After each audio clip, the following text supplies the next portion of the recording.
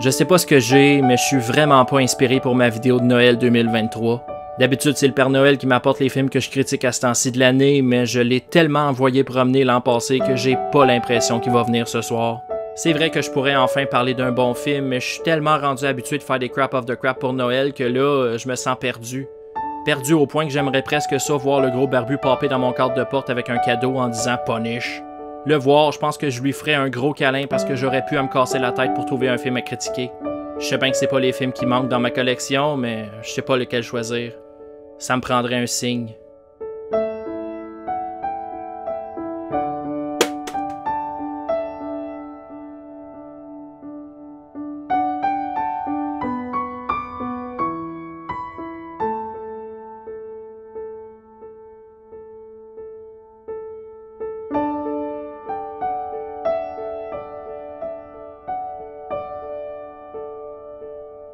Merci, Père Noël.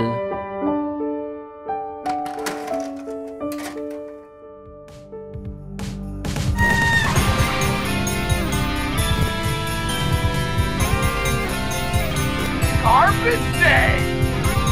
Oh shit, I did not hit her. I did not. Oh my god!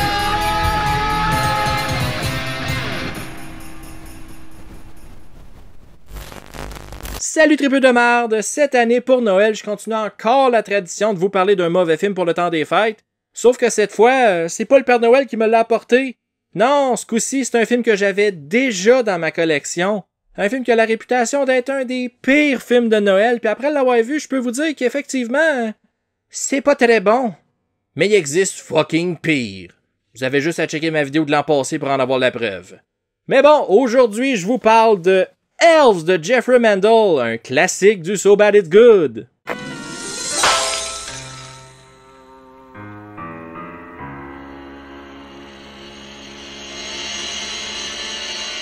Avant de commencer, je veux juste vous avertir, le film est seulement sorti en format VHS et Betamax. Il est jamais sorti en DVD.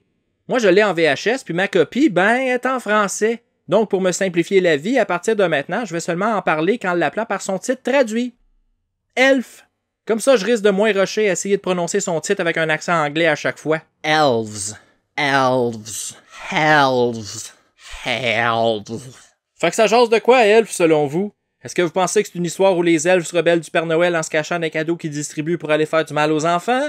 Est-ce que vous pensez que c'est une histoire où les elfes virent zombies puis infectent le Père Noël qui lui propage le virus dans le reste du monde? Ou est-ce que vous pensez que c'est plutôt une histoire où les elfes sont des robots qui se détraquent et qui, le jour de Noël, se mettent à tuer? Avant que je vous dévoile ce qui se passe vraiment dans ce film-là, écrivez donc un commentaire pour me dire vos hypothèses. Dites-moi autour de quoi, selon vous, l'histoire va tourner. Je serais vraiment curieux de savoir à quoi vous pensez. Même si je suis pas mal convaincu que vous allez tous être dans le champ. Je vais vous laisser un peu de temps pour y penser puis m'écrire ça.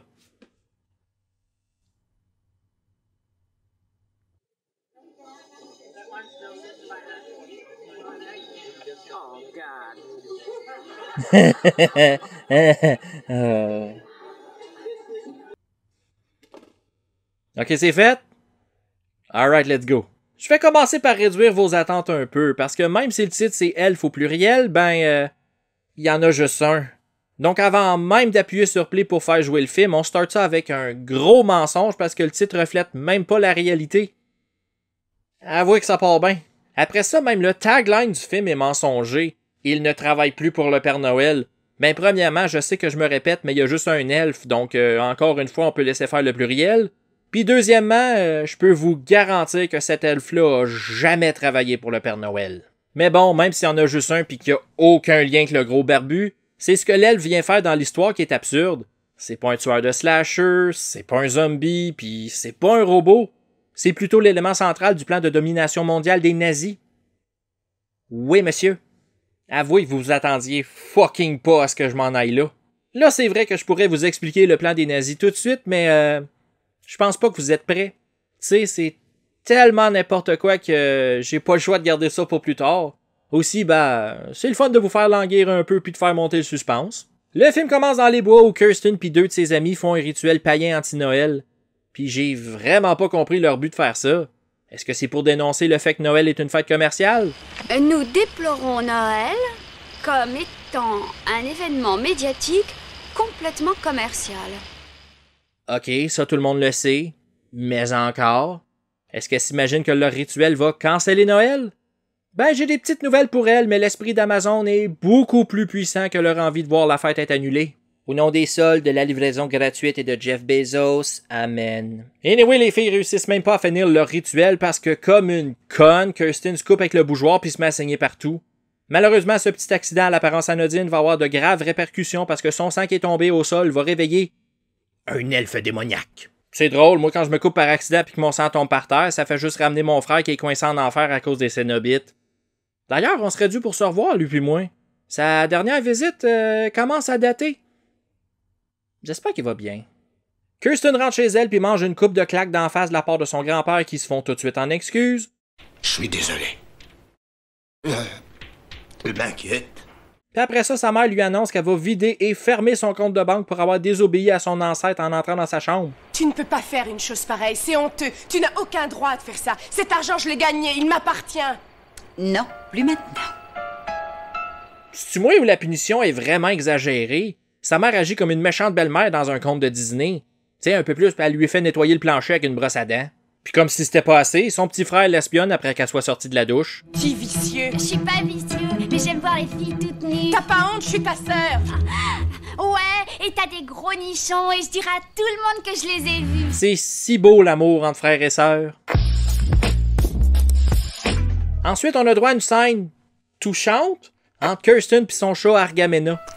Tu sais, tu es le seul ami qu'il me reste. Premièrement, what the fuck is that name pour un chat? Puis deuxièmement, attachez-vous pas trop à l'animal. Parce que pendant la nuit, le petit frère se fait attaquer par l'elfe puis la mère blâme ça sur le chat.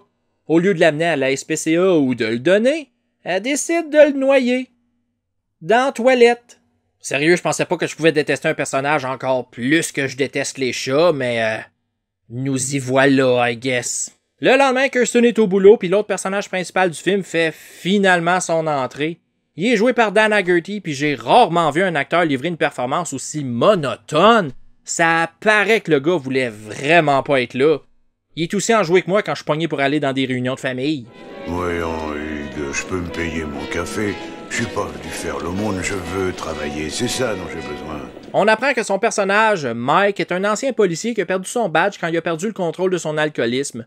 Là, à l'approche de Noël, il cherche une job puis il demande au directeur du magasin où Kirsten travaille s'il y a de quoi pour lui. Au début, il lui dit que non puis il l'envoie carrément promener, mais après que le Père Noël du magasin se soit fait assassiner par l'elfe après avoir fait des avances à Kirsten... Papa Noël a dit, on baise?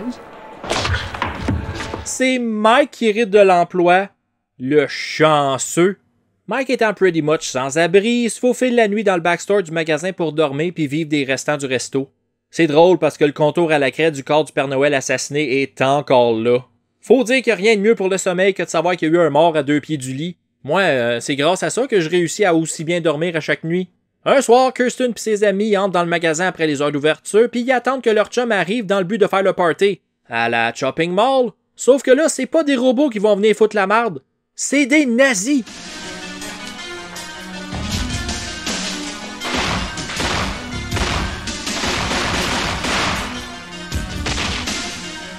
Père Noël? Ils sont venus kidnapper Kirsten pour accomplir leur plan machiavélique, mais heureusement, Mike est là pour la sauver. Ses amis, par contre, n'auront pas la même chance, mais faut voir le bon côté des choses. Au moins, les actrices ont déjà fini leur contrat, puis elles peuvent maintenant aller jouer dans un bien meilleur film. Le lendemain, la veille de Noël, Kirsten et Mike se font renvoyer par le directeur du magasin pour y être rentrés par effraction après la fermeture. Ce qui est quand même le fun parce qu'ils peuvent maintenant consacrer tout leur temps libre à enquêter sur ce qui se passe vraiment dans cette calice de film-là. Mike se rend à la bibliothèque de l'université locale, puis c'est là qu'il apprend d'un professeur que dans la Genèse, Dieu a demandé à Noé de non seulement sauver les animaux, mais d'aussi sauver les elfes. Le prof lui apprend aussi que les nazis croyaient à ces petites créatures-là, mais que malheureusement, il peut pas lui en dire plus, puis il l'envoie vers un docteur qui pourrait répondre à ses questions. Je vous avais dit que c'était n'importe quoi, mais ça, là, c'est juste le début. Le doc lui explique, devant ses enfants, que les elfes seraient le résultat d'expériences de manipulation génétique faites par les scientifiques nazis. Les cellules du sperme des elfes devaient donner la structure génétique pour créer une race supérieure et invincible. Pour lui donner naissance, les nazis devaient sélectionner des femelles parfaites, des vierges, puis les elfes devaient s'accoupler avec le soir de Noël à minuit. Donc, ce qu'Hitler voulait, en fait, c'est pas la race aryenne de sang pur, mais plutôt un hybride mi-humain, mi-elfe. Kirsten, elle, de son côté, apprend que son grand-père était un nazi, puis qui est pas seulement que son grand-père, mais qui est aussi son père. Ben oui, le vieux a enfanté sa fille dans le but de mettre au monde Kirsten pour être la vierge parfaite, la dernière vierge aryenne de sang pur au monde. Donc, ce que l'elfe veut depuis le début, c'est de se tremper le pinceau puis de féconder Kirsten. Sérieux, je suis pas mal sûr qu'aucun d'entre vous avait nazi, elfe et inceste sur sa carte de bingo. Donc, comment ça finit? Attachez votre sucre avec de la broche, je vous raconte ça. Après être parti de chez le doc, Mike se rend chez Kirsten pour la sauver puis il confronte le grand-papa. Le vieux avoue tout, mais malheureusement, c'est là que les nazis débarquent. Mike se fait tirer, le grand-père se fait tuer, mais au moins Kirsten réussit à se sauver. Avec un nazi à ses trousses, elle aboutit dans le même bois qu'au début du film. Le nazi s'approche d'elle, mais out of fucking nowhere, il se fait tirer. Non pas par Mike, mais par l'elfe. Kirsten envoie son frère chercher la pierre elfique que son grand-père lui a montrée avant de mourir, puis reste seule avec l'elfe dans le bois. Maintenant qu'elle est au courant de son but, elle sait qu'il lui fera pas de mal parce qu'il est pas là pour la tuer, il est juste horny. Le petit frère revient avec la pierre, puis Kirsten, qui s'est fait dire par son grand-père avant de mourir qu'elle saurait quoi faire avec, la plante dans le sol. Ça explose, puis l'elfe se met à fondre. C'est pas full clair ce qui se passe, mais le lendemain, la forêt est inexplicablement détruite, puis il se met à neiger pour la première fois de l'hiver. Regarde, il commence à neiger. Le film se termine sur l'image d'un fœtus, puis on comprend alors que l'elfe, malgré son apparente incapacité à copuler avec Kirsten, aurait réussi. Je sais pas comment il a fait, I guess qu'il était vraiment précoce. Puis là, à l'aide du film, c'est dur à dire parce qu'il y a quand même beaucoup de moments mémorables, mais je pense que je vais devoir y aller avec l'elfe qui tire sur le nazi parce que ça sort tellement de nulle part. J'ai regardé le film 2 fois pour faire ma vidéo, puis même à mon deuxième visionnement, j'ai ri rendu à cette scène-là. Je l'avais complètement oublié, puis j'ai ri fort. La surprise était la même que la première fois. Elf est peut-être pas un bon film, mais c'en est un de très divertissant. Comme je l'ai dit, il y a beaucoup de moments mémorables, puis comme vous avez pu le remarquer, l'histoire est folle du début à la fin. C'est peut-être pas aussi n'importe quoi que Troll 2, puis c'est peut-être pas aussi drôle que The Room, mais c'est un So Bad It's Good qui doit définitivement être vu par tout amateur de films de marde. Je l'ai malheureusement regardé tout seul, mais je suis sûr qu'avec des chums, ça doit être encore plus le fun. Donc si vous cherchez un film de Noël complètement déjanté à regarder cette année, Elf est un choix à considérer. Sur ce, moi je vais le remettre dans ma bibliothèque puis je vais le garder précieusement parce que c'est clair que je vais vouloir le revoir éventuellement. Là, avant de vous quitter, j'aimerais juste vous souhaiter un joyeux Noël puis une bonne année 2024. 2023 a été toute une année pour moi, j'ai vraiment été productif, du moins plus que les années précédentes, puis ça c'est grâce à vous. J'espère que vous avez apprécié le contenu que j'ai sorti cette année puis j'ai hâte de voir ce que 2024 nous réserve. Donc du plus profond de mon cœur, merci. En terminant, n'oubliez pas de donner de l'amour à mes amis et partenaires qui sont affichés présentement à l'écran. C'est vraiment du bon monde, puis ils travaillent tous fort pour vous divertir, vous informer et vous offrir du contenu de qualité. Aussi, un gros merci à mes tripeux ultimes et merci aux autres membres Patreon qui aident à financer ce merveilleux projet. Sans vous, je serais pas rendu aussi bien équipé. Et comme d'habitude, si vous avez aimé ma vidéo, pensez à y laisser un petit thumbs up, ça aide beaucoup. Laissez-moi savoir en commentaire ce que vous pensez de Elf si vous l'avez déjà vu, puis si vous avez des suggestions de films de marde que je devrais absolument voir, n'hésitez pas non plus à m'écrire ça. Et finalement, n'oubliez pas de vous abonner afin de ne rien manquer sur Horreur FM. À l'année prochaine, les tripeux.